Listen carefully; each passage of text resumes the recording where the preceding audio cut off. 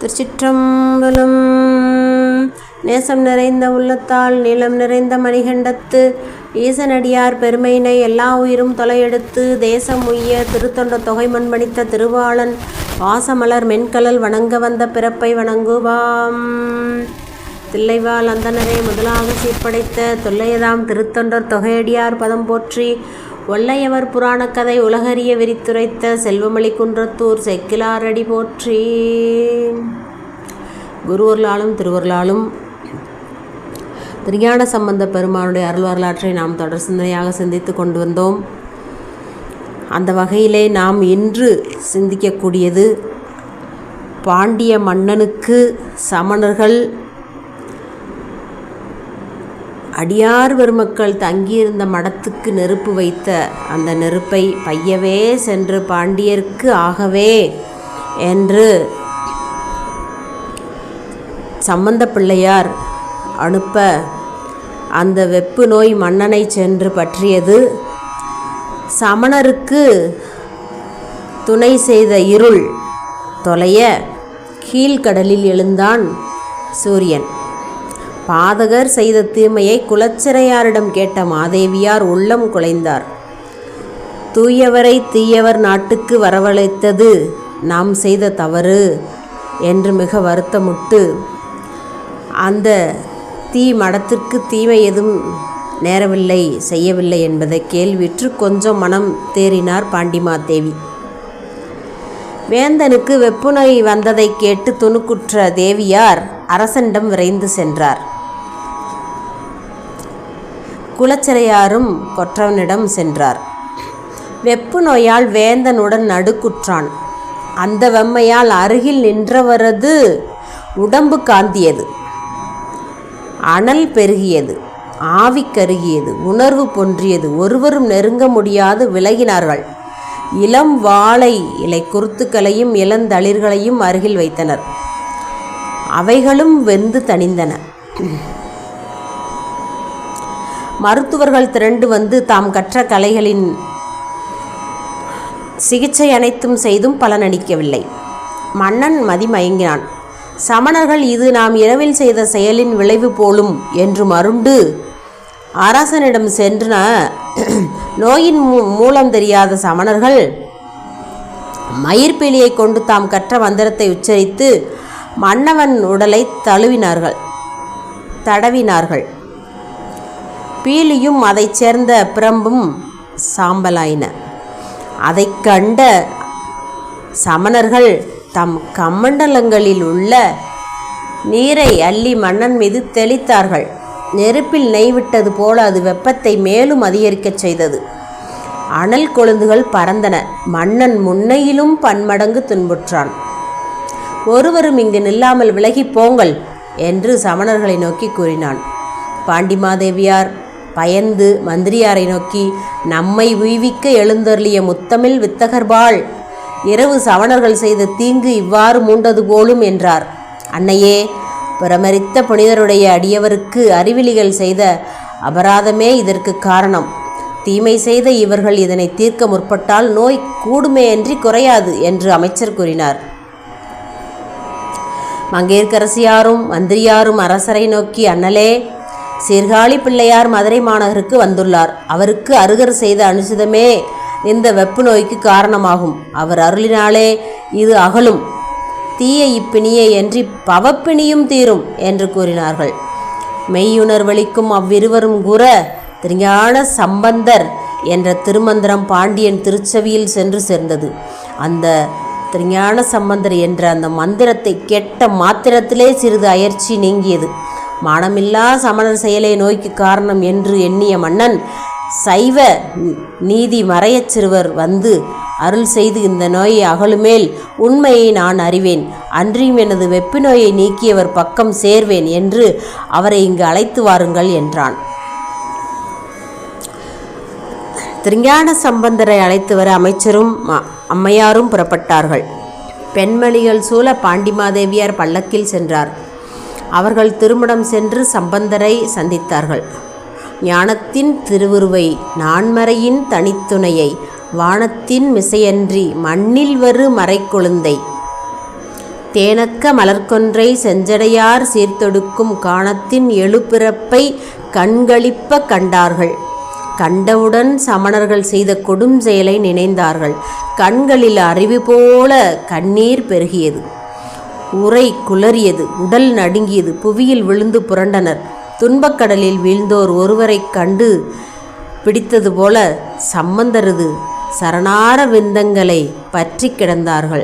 எம்பெருமானே, சமணர்கள் செய்த தீமை சென்று வேந்தனை வெப்பு நோயாக பற்றி கொண்டது. சமணர் பன்முறை முயன்றும் அவ்வெப்பு நீங்கவில்லை.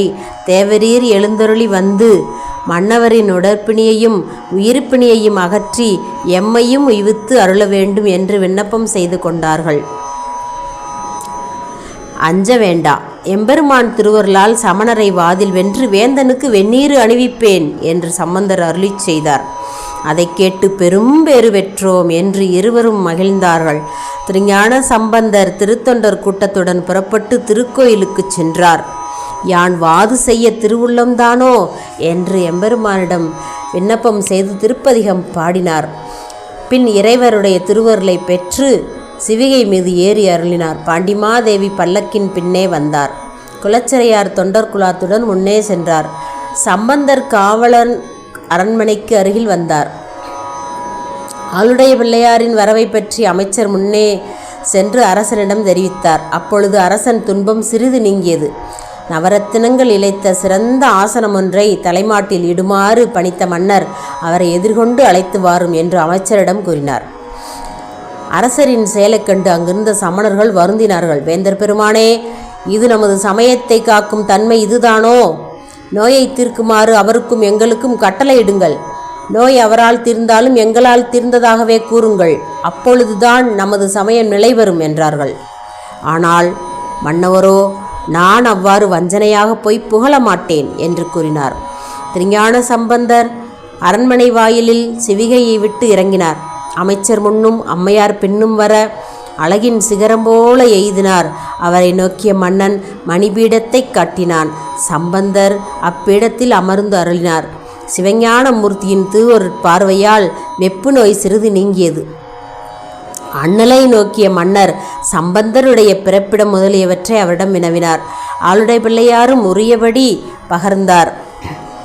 பொறாமையால் புழுங்கிய சமணர்கள் கண் சிவந்து காலையிலும் கதிரவனைப் போல நீல முகில் சூழ்ந்தது போல சூழ்ந்தனர். வாது புரிய எண்ணி தமது நூல்களை எடுத்து குறைத்தார்கள். அதை கேட்ட சம்பந்தர், உமது நூற்பொருளின் முடிவை உள்ளவாறு உரைமின் என்று உரைத்தருளினார். உள்ளம் நடுங்கினார் மங்கையர்க்கரசியார். இவரோ இளம்பிள்ளை. இவர்கள் எண்ணில்லாதவர்கள் நின்று எதிர்க்கின்றார்கள். உங்கள் நோய் தீர்ந்தபின் இவர்கள் வாது செய்யட்டும் என்று மன்னவரை நோக்கி கூறினார் மங்கையர்க்கரசியார். பெண்ணே, நீ அஞ்ச வேண்டாம் என்று மனைவியை நோக்கி கூறிய மன்னர், வேறு வாதம் எதற்கு?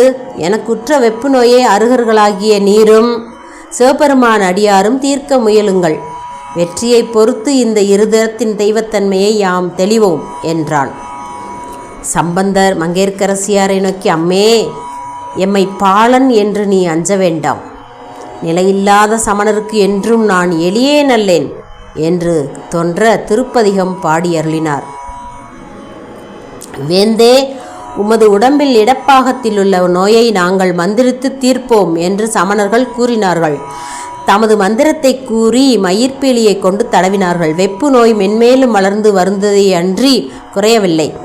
நோயின் வெம்மை தாங்க முடியாத மன்னன் மறையவர் பெருமானை நோக்கி, திருவாளவாய் பெருமான் திருநீரே மந்திரமும் மருந்துமாகி தீர்க்கும் என்று கூறி சம்பந்தர் திருநீரு மந்திரமாவது நீரு மந்திரமாவது நீரு வானவர் மேலது நீரு சுந்தரமாவது நீரு துதிக்கப்படுவது நீரு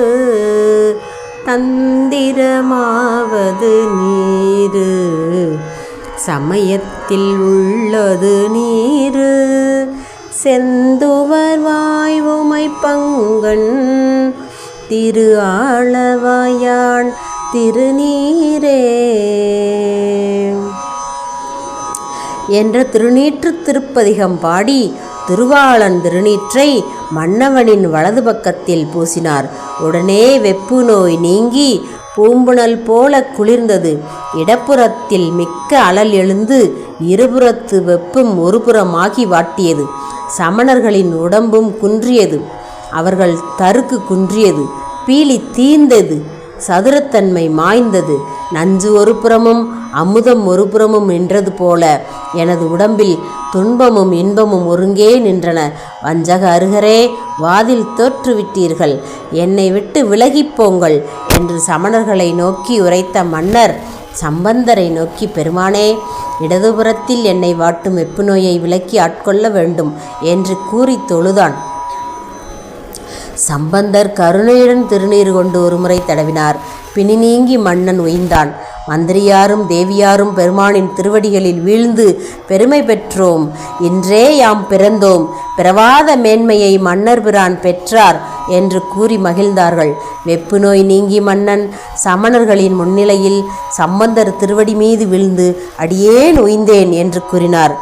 இனி சுரநோய் தீர்ந்த சம்பந்தரது திறத்தைக் கண்டு சமணர்கள் அனல்வாது புனல்வாது செய்ய வெல்ல துணிந்தார்கள். ஏட்டில் சமய உண்மையை எழுதி நெருப்பிலிட்டு அது வேகாமல் இருக்க வைத்தால் அது வெற்றியாகும் என்றார்கள். அதற்கு மன்னனும் ஞான சம்பந்தரும் உடன்பட்டார்கள். அவை கூடியது. அந்த அவைக்கு முன் மன்னன் ஆணையினால் நெருப்பை அமைத்தார்கள். சிவமே பொருள் என்று தெரிவிக்கும் திருமறை நூலை எடுத்த திருஞான சம்பந்தர் கண்ணுதற் பரம்பொருள் என்று சென்னி மீது வைத்து தொழுது தமது திருக்கரத்தினால் விரித்து ஓர் ஏட்டை படித்தார். அது திருநள்ளாற்று தலத்தின் தேவார திருப்பாடலாக அமைந்தது. நம்மை ஆட்கொள்ளும் பரமராகிய சிவமே முதற்பொருள் என்று கூறி திருப்பதிகத்தை பாடி அருளினார். மன்னர் அவையில் உள்ளோர் அனைவரும் காணும்படி சமணர் உள்ளம் வேக அத்திருவோட்டை வெந்தழலில் இட்டு அருளினார். திருஞான சம்பந்தர் இட்ட ஏடு வேகாமல் பசுமையாக விளங்கியது. அதை கண்ட சமணர்கள் தமது சமய உண்மையை எழுதிய ஏட்டை நடுங்கிய உள்ளத்துடன் நெருப்பில் இட்டார்கள். பஞ்சு நெருப்பில் பட்டது போல அந்த ஏடு சாம்பலாயிற்று. சைவ சமயமே உண்மை சமயம் என்பதை காட்ட அது சாட்சியாயிற்று. சம்பந்தர் தாமிட்ட ஏட்டை எடுத்து எல்லோருக்கும் காட்டினார். அது முன்னிலும் புதுமையாகவும் பசுமையாகவும் விளங்குவதைக் கண்டு யாவரும் அதிசயித்தனர். பின்னர் அதனை திருமுறையில் முன் இருந்தபடியே கோர்த்து அருளினார் சம்பந்தர். மன்னர் சம்பந்தரை நோக்கி, நீங்கள் இட்ட ஏட்டினை எடுங்கள் என்றார். சமணரை நோக்கி, நீங்கள் இட்ட ஏட்டினை எடுங்கள் என்றார். அருகர் தீயினை அணுகினார்கள். அவர்கள் இட்ட ஏடு நெருப்பில் வெந்திருப்பதைக் கண்டு அஞ்சி நின்றார்கள். மன்னன் தண்ணீரை விட்டு தீயை அணைத்தான். சாம்பலையும் கரியையுமே சமணர்கள் கண்டார்கள். அதை எடுத்து பிசைந்து தூற்றி பார்க்கலானார்கள். அதை பார்த்த மன்னன் எள்ளி நகையாடினான். இந்த சாம்பலை இன்னும் தண்ணீரில் போட்டு அரித்து பாருங்கள். பொய்யை நிலைநாட்ட வந்த புல்லர்களே, ஏன் மானமின்றி நிற்கின்றீர்கள்? போங்கள்.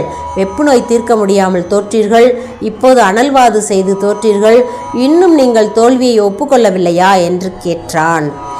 இருமுறை வாது செய்தோம், இன்னும் ஒரு முறை செய்தால் மும்முறையாகும். ஆகவே இனி ஒன்றினால் ஆராய்வோம் என்று தோற்பதிலும் ஆசை தனியாத சமணர்கள் கூறினார்கள். சம்பந்தர் சமணரை நோக்கி, இனி வேறு என்ன வாது செய்வோம் என்று கேட்டார். நீரும் நாங்களும் தத்தம் சமயப் பொருளை எழுதி ஏட்டினை ஓடும் நீரில் இட வேண்டும்.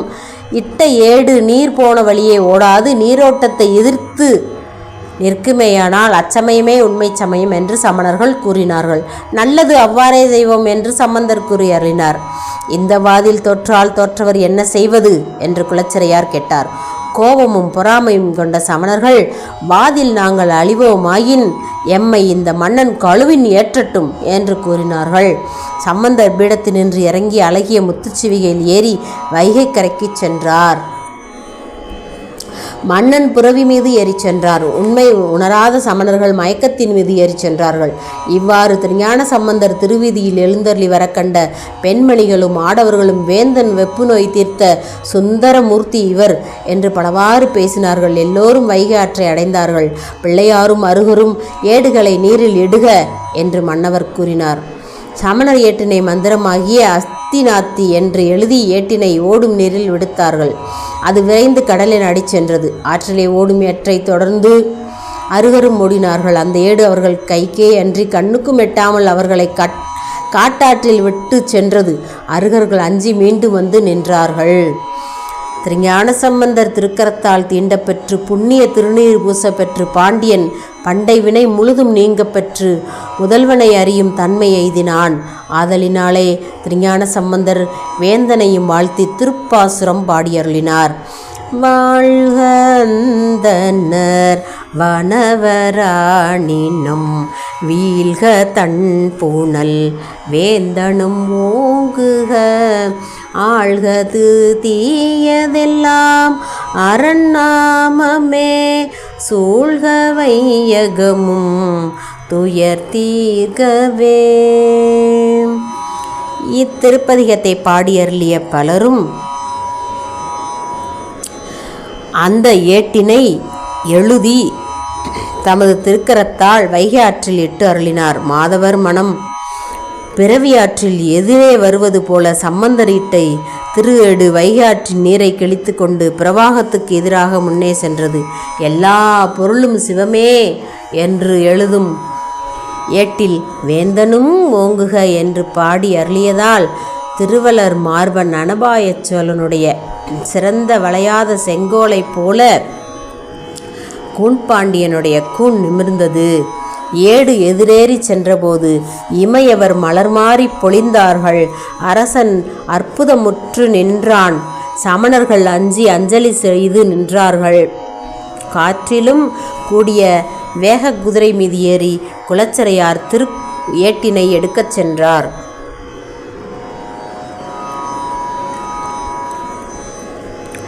இளமைமிக்க மறைச்சிறுவர் ஏடு நிற்கும் பொருட்டு திருப்பதிகம் பாடி அருளினார்.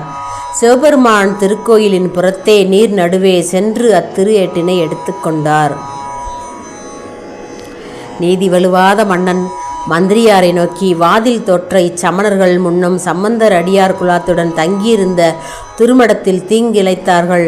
ஆதலால் இவர்கள் ஒப்புக்கொண்டபடி கழுவில் ஏற்றி அரச நீதியை நிலைநிறுத்துக என்றான். அரச நீதியில் குறுக்கிடாது சம்பந்தர் திருவருளை சிந்தித்து இருந்தார். ஞான மாதவ திருமடத்தில் தீ வைத்த 8000 சமணர்களையும் குலச்சிறையார் கழுவில் ஏற்றினார். மதுரையில் உள்ள எல்லா மாந்தர்களும் திருநீர் அணிந்து புனிதர்கள் ஆனார்கள். திருநீற்றின் ஒளி எங்கும் வீசியது, திருநெறி எங்கும் ஓங்கியது. திருஞான சம்பந்தர் இறைவனை வணங்கி சிவிகையூர்ந்து திருக்கோயிலுக்கு சென்றார்.